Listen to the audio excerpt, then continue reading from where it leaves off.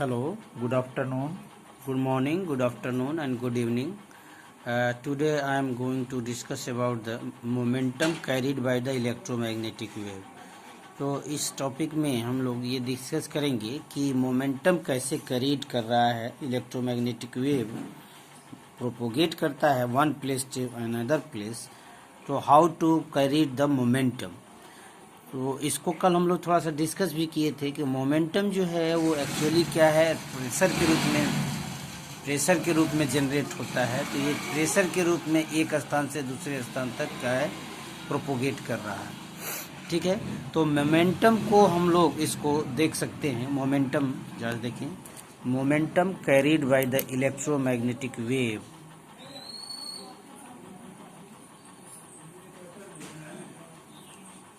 Momentum carried by electromagnetic wave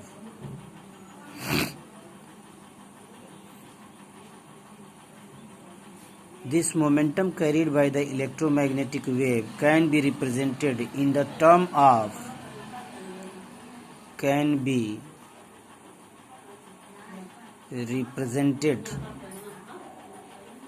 represented in the terms of pressure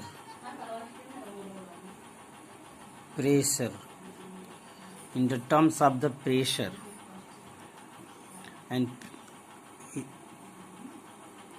so this can be mathematically expressed in the term of pressure, momentum या pressure. तो momentum को हम लोग लिख सकते हैं. तो मोमेंटम यहाँ से डिस्कस किया जाए तो रिलेटिविस्टिक मोमेंटम के लिए हम लोग एक फार्मूला, फर्स्ट जो चैप्टर है उसमें रिलेटिविस्टिक मोमेंटम के लिए हम लोग एक फार्मूला देखे थे. वो फार्मूला क्या है, E square equal to P square C square plus M square C power 4. तो ये जो है रिलेटिविस्टिक मोमेंटम का फार्मूला है. इस फार्मूले से थोड़ा सा हम लोग मॉडिफाई करके इसमें कर सकते हैं. और एनर्जी जो मोमेंटम है एक्चुअली इलेक्ट्रोमैग्नेटिक वेव जो है उसमें जो है वो किस रूप में प्रोपोगेट होता है, फोटान के रूप में. फोटान के रूप में प्रोपोगेट होता है. तो फोटान एनर्जी उसका एनर्जी क्या होता है, ई इक्वल टू कितना होता है, एच न्यू. ये एच न्यू एनर्जी है. इसका मोमेंटम जो होता है वो क्या है, ई बाई सी है. सी वेलोसिटी से मूव करता है तो इसका मोमेंटम कितना होगा, ई बाई सी होगा.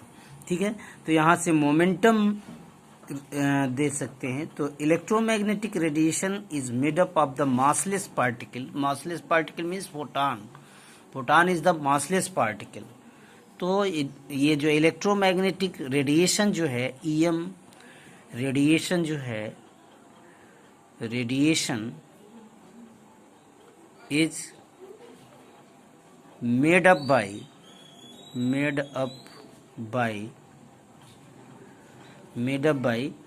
massless particle. And what is the massless particle? Massless particle is known as the photon. तो photon is the massless particle. यानी इलेक्ट्रोमैग्नेटिक रेडिएशन जो है वो क्वांटा के रूप में होगा, फोटान के रूप में, या इसको कह सकते हैं क्वांटा के रूप में होगा, या पैकेट्स ऑफ एनर्जी के रूप में होगा, पैकेट्स ऑफ एनर्जी. तो पैकेट्स ऑफ एनर्जी को ही फोटान कहते हैं या मोमेंटा कहते हैं. तो ये मोमेंटा क्वांटा, तो क्वांटा के रूप में ये प्रोपोगेट करेगा एक स्थान से दूसरे स्थान तक.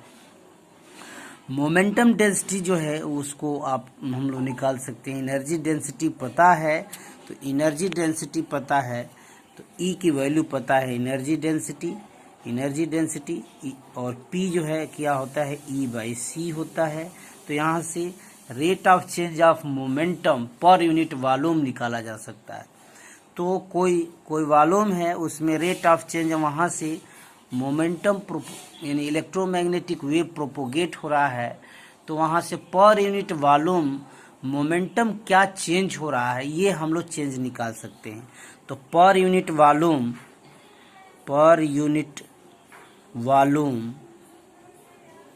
The change in momentum is given by dp upon dv। तो जस्ट देखें, इस फिगर के आधार पर हम लोगों ने कल देखा था कि ये फिगर ले लें, कोई भी वॉल्यूम ले लेते हैं, उसका वॉल्यूम v है, ठीक है। ये E और वेक्टर b यहाँ से इस डायरेक्शन में प्रोपोगेट कर रहा है, ये प्रोपोगेट वेक्टर s है।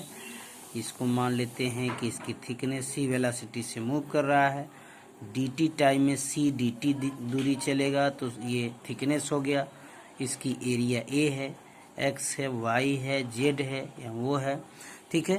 तो इसके आधार पर हम लोग देख सकते हैं कि यहाँ से यदि हम देखें तो टोटल एनर्जी कितना होगा, टोटल एनर्जी कितनी होगी, कल निकाला गया था एनर्जी के लिए, तो पिछले लेक्चर में टोटल एनर्जी कितना होगा, एप्सिलॉन ई होगा। इलेक्ट्रोमैग्नेटिक वेव फ्री स्पेस में मूव कर रहा है, तो टोटल एनर्जी क्या होगा, एप्सिलॉन ई स्क्वायर होगा। तो rate of change of momentum जो होगा, D P upon D V, rate of change of momentum पर यूनिट वॉल्यूम जो होगा वो कितना होगा, ई बाई सी होगा। ई बाई सी लिया जाए तो ई बाई सी को लिख सकते हैं, E is nothing but it is the epsilon E square, यानी यू बाई सी लिख सकते हैं इसको, U by energy density, U by C या ई बाई सी लिख सकते हैं, एनर्जी डेंसिटी है। एनर्जी डेंसिटी को ई से यहाँ डिनोट किया गया है, ये इंटेंसिटी है, इलेक्ट्रिक फील्ड इंटेंसिटी है, ठीक है। तो ये जो हो जाएगा D P upon D V equal to कितना हो जाएगा, epsilon E cross E upon C, तो इतना हो जाएगा। अब जस्ट देखिए, D P upon D V equal to, इसको लिख सकते हैं ई बाई सी को लिख सकते हैं बी, ठीक है ना। तो एप्सिलॉन ई क्रॉस बी होगा, ठीक है। तो एप्सिलॉन ई क्रॉस बी लिख सकते हैं इसको। फिर जस्ट देखें, फिर इसको थोड़ा सा और मॉडिफाई किया जाए, और मॉडिफाई करें इसमें, तो जस्ट देखिए, इसको और मॉडिफाई करें तो D P upon rate of change of momentum पर यूनिट वॉल्यूम को E by E into B upon C square mu लिख सकते हैं, सी स्क्वायर म्यू लिख सकते हैं। क्यों कि सी स्क्वायर इक्वल टू कितना है, 1 upon mu not epsilon not है, तो एप्सिलॉन नॉट की वैल्यू कितना हो जाएगा, 1 upon C square mu naught हो जाएगा, ठीक है। तो यहाँ से एप्सिलॉन नॉट की वैल्यू यहाँ रख दें इस फार्मूले से, तो एप्सिलॉन नॉट इक्वल टू हो जाएगा 1 upon C square mu naught. तो यही फार्मूला चेंज हो जाएगा, ये फार्मूला चेंज होकर क्या हो जाएगा, D P upon D V equal to हो जाएगा E cross B upon mu naught C square हो जाएगा, ठीक है। अब जस्ट देखिए, any rate of change of momentum पर यूनिट वॉल्यूम जो हो जाएगा एस अपॉन सी हो जाएगा। एस क्या है, S is the Poynting vector, तो ये क्या है, पॉइंटिंग वेक्टर और Poynting vector S equal to क्या होता है, E into B divided by mu naught, ठीक है। तो यहाँ से मोमेंटम ट्रांसफर पर यूनिट एरिया पर सेकेंड पर यूनिट टाइम निकाला जाए, तो मोमेंटम जो है पर यूनिट एरिया पर यूनिट टाइम निकाला जाए, तो यहाँ से D P upon D V, और D P upon D V को लिख सकते हैं D P divided by A C D T, A C D T, D T is the small time interval, तो दिस इज इक्वल टू कितना हो जाएगा, C S upon सी हो जाएगा, ठीक है। तो सी स्क्वायर हो जाएगा, सी स्क्वायर है, तो सी से एक सी कैंसिल हो जाएगा, यानी 1/dp/dt इक्वल टू हो जाएगा s, यानी the rate of change of momentum पर यूनिट टाइम पर unit area is known as the Poynting vector. और यही क्या है rate of change of momentum जो है वो पॉइंटिंग वेक्टर कहलाएगा। यानी मोमेंटम जरा से देखें, मोमेंटम जो है नॉट एसोसिएटेड विद द, यानी इलेक्ट्रोमैग्नेटिक वेव में momentum is not associated with the mass of the particle, mass of the moving particle. Moving particle के मास पे डिपेंड नहीं करेगा। This momentum is responsible for the retardation pressure. अब ये क्या है, रिटार्डेशन प्रेशर के लिए भी रिस्पॉन्सिबल हो सकता है मोमेंटम, ठीक है ना। तो जो इलेक्ट्रोमैग्नेटिक वेव जो है वो प्रोपोगेट कर रही है, तो इलेक्ट्रोमैग्नेटिक वेव जो प्रोपोगेट कर रही है तो उससे कितना प्रेशर एक्सर्ट हो रहा है वो प्रेशर के रूप में, तो उसको हम लोग रिटार्डेशन प्रेशर कहते हैं। तो आपके सिलेबस में रिटार्डेशन प्रेशर भी है, तो रिटार्डेशन प्रेशर के रूप में इसको हम लोग डिनोट कर सकते हैं, ठीक है।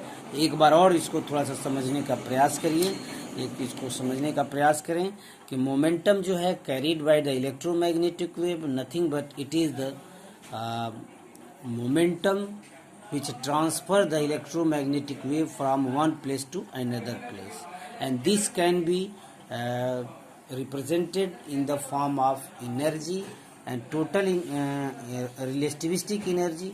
और टोटल रिलेटिविस्टिक एनर्जी को हम लोग ये इक्वेशन 1 से इसको देख सकते हैं। ये इक्वेशन 1 जो है ये E² equal to P² plus C² plus M² C⁴ होता है, ठीक है। तो रिटार्डेशन प्लेट जो है एक्चुअली मोमेंटम जो है इलेक्ट्रोमैग्नेटिक वेव जो है उसमें फोटान प्रोपोगेट करता है, और फोटान का मतलब ये पैकेट्स ऑफ एनर्जी है, बंडल ऑफ एनर्जी है, ये एक स्थान से दूसरे स्थान तक प्रोपोगेट करता है, एनर्जी का ट्रांसफ़र करता है, ठीक है। तो ये फोटान जो है, फोटान की जो मोमेंटम होगा E/c भी होता है। तो यहाँ से E/c और rate of change of momentum पर यूनिट वॉल्यूम किसी सरफेस से निकाला जाए, किसी वॉल्यूम से निकाला जाए तो कितना मोमेंटम वहाँ से प्रोपोगेट हुआ, ये हम लोग फाइंडिंग कर सकते हैं मैथमेटिकली।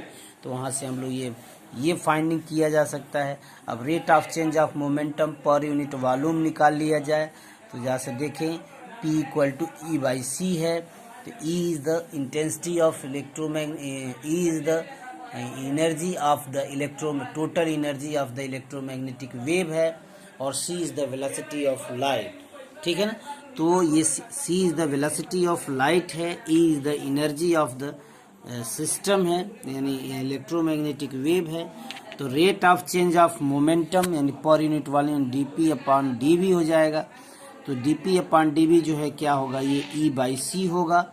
E/c की वैल्यू यहाँ रख दे तो E क्या है, E जो है ε0 E² है, और C क्या है, वेलोसिटी ऑफ लाइट है। तो यहाँ से dp/dv इक्वल टू क्या हो जाएगा, ε इंटू E/c हो जाएगा, ठीक है। तो dp/dv इक्वल टू हो जाएगा ε0 E into B, E/c equal to होता है E इंटू बी। तो यहाँ से देखें ये dp/dv इक्वल टू हो जाएगा E इंटू बी अपन, अब यहाँ से एप्सिलॉन की वैल्यू रख दिया, एप्सिलॉन की वैल्यू इतना होगा, C² है μ0, C² μ0 करेंगे तो यहाँ से μ0 हो जाएगा, C² μ0 हो जाएगा, ठीक है। यहाँ से ये rate of change of momentum पर यूनिट वॉल्यूम पता लग जाएगा, और rate of change of momentum पर यूनिट वॉल्यूम जो है यही पॉइंटिंग वेक्टर के रिस्पेक्ट में आ जाएगा। Rate of change of momentum per second पर unit area is known as the momentum, ठीक है ना। तो यहाँ से rate of change of momentum पर यूनिट वॉल्यूम dp/dv E×b हो जाएगा, और b/μh जो है H होता है, ठीक है। तो dp/dv इक्वल टू हो जाएगा S/c², और जैसे देखिए dp/dv को इसको लिख सकते हैं, dv को लिख सकते हैं AC इंटू dt, ठीक है ना। ए सी इंटू डी टी लिख सकते हैं, तो एस अपान सी स्क्वायर, सी से सी कैंसिल हो जाएगा, तो क्या बचेगा 1 upon A D P upon D T equal to S बचेगा। ठीक है ना। तो यहाँ से इतना यानी rate of change of momentum पर unit area is nothing but it is the Poynting vector. तो momentum transfer by the electromagnetic wave is nothing but it is the Poynting vector, Poynting vector. ठीक है ना। तो Poynting vector के क्या होगा, बराबर होगा। ठीक है। उसी तरह से rate of flow of energy पर यूनिट एरिया पर सेकेंड जो देखे थे वो भी क्या था, पॉइंटिंग वेक्टर था। तो rate of change of energy पर यूनिट एरिया पर सेकेंड प्रेशर ही कहलाता है। तो ये मोमेंटम, तो मोमेंटम जो होगा वो मास के रिस्पेक्ट में नहीं है, ये मास से एसोसिएटेड नहीं है, ये किससे एसोसिएटेड है, rate of change of momentum पर यूनिट एरिया, ये क्या है, पॉइंटिंग वेक्टर से संबंधित है, यानी फ्लो ऑफ एनर्जी पर यूनिट एरिया पर सेकेंड के क्या होगा, बराबर होगा। ठीक है ना। अब जैसे देखिए इसके बाद से है रिटार्डेशन प्रेशर। तो रिटार्डेशन प्रेशर जो है, प्रेशर को क्या करते हैं, प्रेशर को P से ही डिनोट करते हैं। तो रिटार्डेशन प्रेशर, ये रिटार्डेशन नहीं, radiation pressure, sorry, radiation pressure. अब यहाँ से रेडिएशन फ्लो हो रहा है तो कितना प्रेशर जनरेट हो रहा होगा, ये प्रेशर किसके टर्म में निकाला जा सकता है, ये भी इस देखने का है, देख सकते हैं इसको। तो रेडिएशन प्रेशर जो है, जैसे देखिए रेडिएशन प्रेशर को P एवरेज लिया जाए तो P एवरेज क्या होगा, F यानी फोर्स पर यूनिट एरिया होता है। तो force average force of radiation divided by ये, तो ये जो है रेडिएशन प्रेशर जो है फोर्स पर यूनिट एरिया होगा। ठीक है ना। तो फोर्स पर यूनिट एरिया होगा, तो फोर्स पर यूनिट एरिया और रेट ऑफ चेंज मोमेंटम पर यूनिट टाइम को ही फोर्स कहते हैं। तो फोर्स, इसको देख लें, rate of change of momentum dp upon dt is known as the force. तो फोर्स क्या हो जाएगा, रेडिएशन फोर्स हो जाएगा।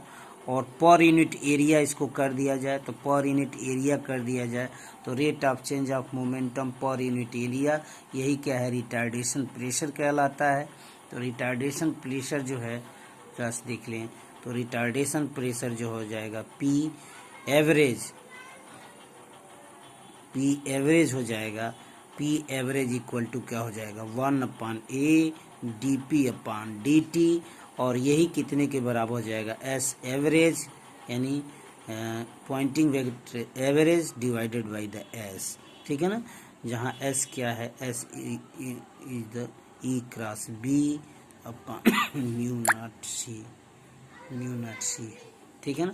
तो यहाँ से ये रेडिएशन प्रेशर हो जाएगा। ठीक है ना। तो रेडिएशन प्रेशर, ठीक है। तो ये आपके सिलेबस में रेडिएशन प्रेशर और रेडिएशन प्रेशर है, मोमेंटम है, energy carried bye the electromagnetic wave. एक बार इसको और थोड़ा सा डिस्कस कर दे रहे हैं। रेडिएशन प्रेशर, तो रेडिएशन प्रेशर जो है वो क्या है, रेडिएशन प्रेशर जो होता है फोर्स पर यूनिट एरिया होता है। तो फोर्स पर यूनिट एरिया और फोर्स क्या होता है, rate of change of momentum पर यूनिट टाइम होता है। तो rate of change of momentum पर यूनिट एरिया पर सेकेंड ले लेंगे तो रेडिएशन प्रेशर निकल आएगा। तो रेडिएशन प्रेशर यानी यहाँ से देखें तो rate of change of momentum पर यूनिट एरिया पर सेकेंड ले लेंगे तो ये F radiation divided by A हो जाएगा। अब जस्ट देखिए F1 अपान डेल्टा P अपान डेल्टा dP अपान dt, यही यहाँ इक्वेशन हम लोगों ने लिया था ये। तो ये क्या है, S तो एवरेज हो जाएगा, S एवरेज हो जाएगा डिवाइडेड बाई C। तो यहाँ से ये रेडिएशन प्रेशर निकल आएगा। ठीक है ना। तो फाइनली आपका जो है सिलेबस में जो लास्ट जो टॉपिक था ये radiation pressure, energy and momentum carried bye the electromagnetic wave. ठीक है ना। तो इतना आपके सिलेबस में है। अब इस सिलेबस में क्या है बचा हुआ है, न्यूमेरिकल बचा हुआ है। यूनिट 2 का जो न्यूमेरिकल बचा हुआ है उसको भी एक वीडियो लेक्चर के माध्यम से हम आपको आप तक पहुंचाएंगे कि कैसे इसको न्यूमेरिकल को करना है। न्यूमेरिकल एक देखेंगे, उस न्यूमेरिकल एक एक करके न्यूमेरिकल को करने का प्रयास किया जाएगा, ठीक है ना। तो यहाँ आपके यूनिट 2 जो है, यूनिट 2 जो समाप्त हो गया है। यूनिट 2 में बहुत कुछ था, जिसमें कि बहुत इम्पॉर्टेंट भी टॉपिक है। बहुत इम्पॉर्टेंट टॉपिक में जैसे मान लीजिए कि इक्वेशन ऑफ कंटिन्यूटी है, जो कि अक्सर पूछा जाता है। फिर डिस्प्लेसमेंट वेक्टर है, डिस्प्लेसमेंट करंट डेंसिटी है, मैक्सवेल इक्वेशंस हैं, मैक्सवेल इक्वेशन फ्री स्पेस में है, transverse nature of electromagnetic wave है। फिर उसके बाद से वेलोसिटी ऑफ इलेक्ट्रोमैग्नेटिक वेव है, पॉइंटिंग वेक्टर है। फिर आपका ये energy carried by the electromagnetic wave, momentum carried by the electromagnetic wave and उस पर न्यूमेरिकल है, तो न्यूमेरिकल भी यहाँ से पूछे जाते हैं। तो इतना करना है इस चैप्टर में। होपफुली आप इसको ज़रूर करेंगे, वीडियो लेक्चर का लाभ भी लेंगे।